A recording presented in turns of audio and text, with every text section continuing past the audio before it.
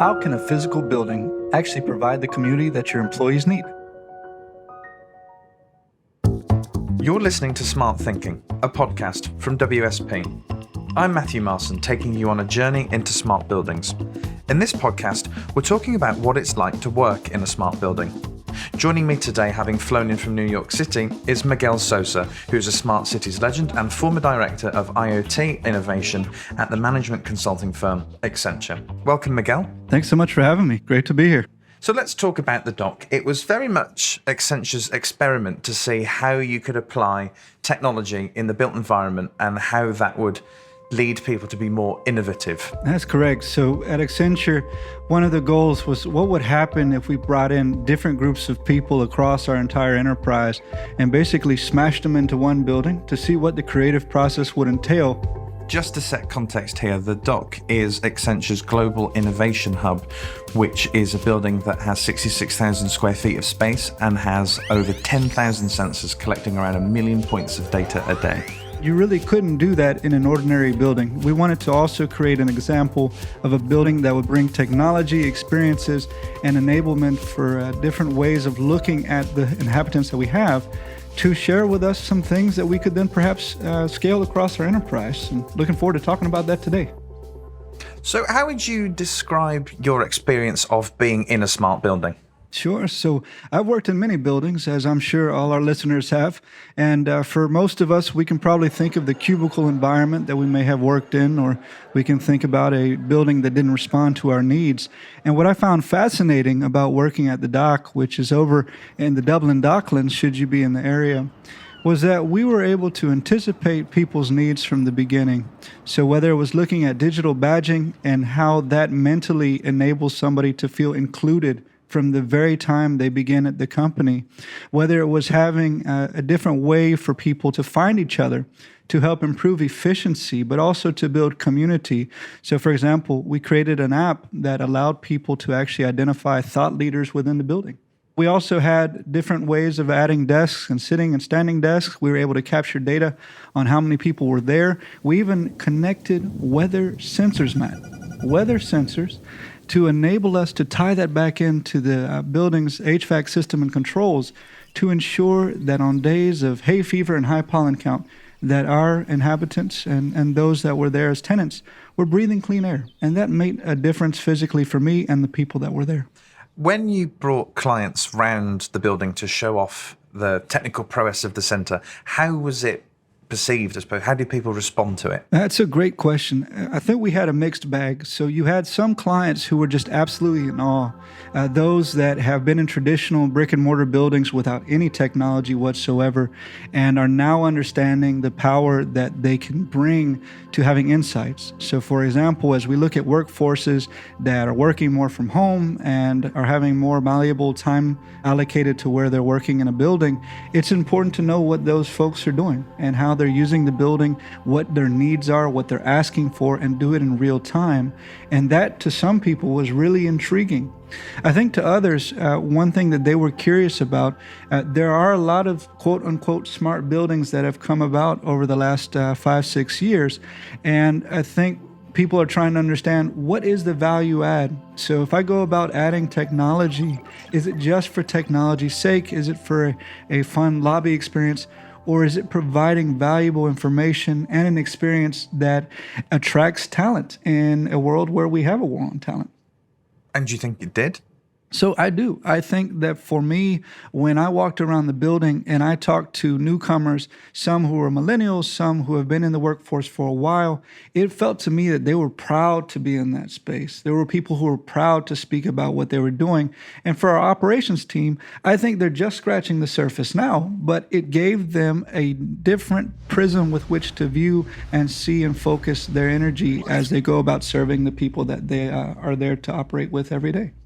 Now, what we designed was something that was supposed to deliver business results in terms of the actual day-to-day function of what the whole centre was about across the environment and for our people. But I think some of that wasn't as successful as we'd hoped. What did you see as being the couple of the biggest problems with the technology that was deployed? Sure. So, with any given smart building, as with a smart home, as with a smart car, the question is about what stage of the technology are you actually procuring? Who are the companies that are actually developing and deploying it? Do they have a track record, or is this their first time doing it? Because we were a living lab, we went with certain vendors that enabled us to really try it out together. I think if you're looking at scaling, you're going to need a WSP. You're going to need a firm that understands how to bring that technology to a much global scale. And we did run into some issues. And I think that one of the things I would advise our listeners and those that are considering what the value of smart is to realize that this is not just straight out of the box, that there are going to be some things you need to work with and customize and plan for. But if you have really smart thinking from the beginning, you're looking at the human-centered design and being able to bring stakeholders in from the very first planning meeting across all verticals, I think you're going to have a really remarkable product. What do you think, on the flip side, is the most successful thing about the building? For me, the most successful thing, and I'm a community person, as you know, Matt, was the ability to make people feel that they were part of a much broader and bigger thing. And for a building to actually enable that. Here we are thinking about a building that traditionally we thought of as a static object. But now the building itself is playing a living, breathing role in bringing together people who are able to share ideas more quickly, feel that their needs are being met, and are having fun. That to me was success. The fact that we could attract talent who otherwise would have picked other companies had it not been for that building, that to me was fantastic. It was really interesting technology that we were looking at. The building actually has the capability to know that you and I are in front of one of the kind of 6-foot tall kiosks there and say, Miguel, you like space, Matt, you like drones, maybe you two should go and make space drones. And I just think that's such a powerful thing to do in a community. It's really remarkable to be able to share that and to have a space that brings the best out of all of us, and especially in a world where there are people who may be more introverted, maybe more focused on those elements that are individual task contribution. How do you bring people together in a way they've never experienced it before? And that's, I think, what we were pushing for. And much of a success, and congratulations to you on building that out very well. I find it really interesting that a building is taking on a new role to act as community maker. And with the thought of community, we actually had a little bit of success with the local authority. Yes. So as we think about the role of buildings in a broader community, I now look at what the Dublin Docklands are doing under the administration of Dublin City Council, brilliant leaders like Jamie Cudden, who are looking at how do you take buildings to actually inspire development. And now in this area, you're looking at Facebook, you're looking at Google, you're looking at Airbnb, and how they're transforming their campuses to build an entire economic ecosystem that can just really push the technology envelope forward. So for example, they're now going to experiment with 5G and have a micro test bed for that. They're going to take a look at how connected lighting plays a role both in security, but also telling me foot traffic. So I can now use that information to cater to retail stores and what they're doing. I think that scaling from a building to a city is obviously makes sense and something that I've been passionate about doing. And I see an entire world there for people to explore as that interconnectivity provides ultimate value both for the shareholders and business owners, but most importantly for us, the customers and clients that want great things to happen. Do you think it's the technology that will help develop the community in the Docklands area? I don't think technology alone. So I think one of the challenges is if you lead with technology first, you're going to fail. I think you have to lead at the same time with both what are the needs of people today, 5 and 10 years from now, and then understanding what technology empowers that. And when you lead with people first, you can then solve for people problems. If you lead with outcomes first, you can solve for outcomes. I think if you put technology in for technology's sake, it provides a benefit for being able to experiment, but you might be solving for things that don't need to be solved for. And I think there's a better way of being more inclusive in that design thinking process.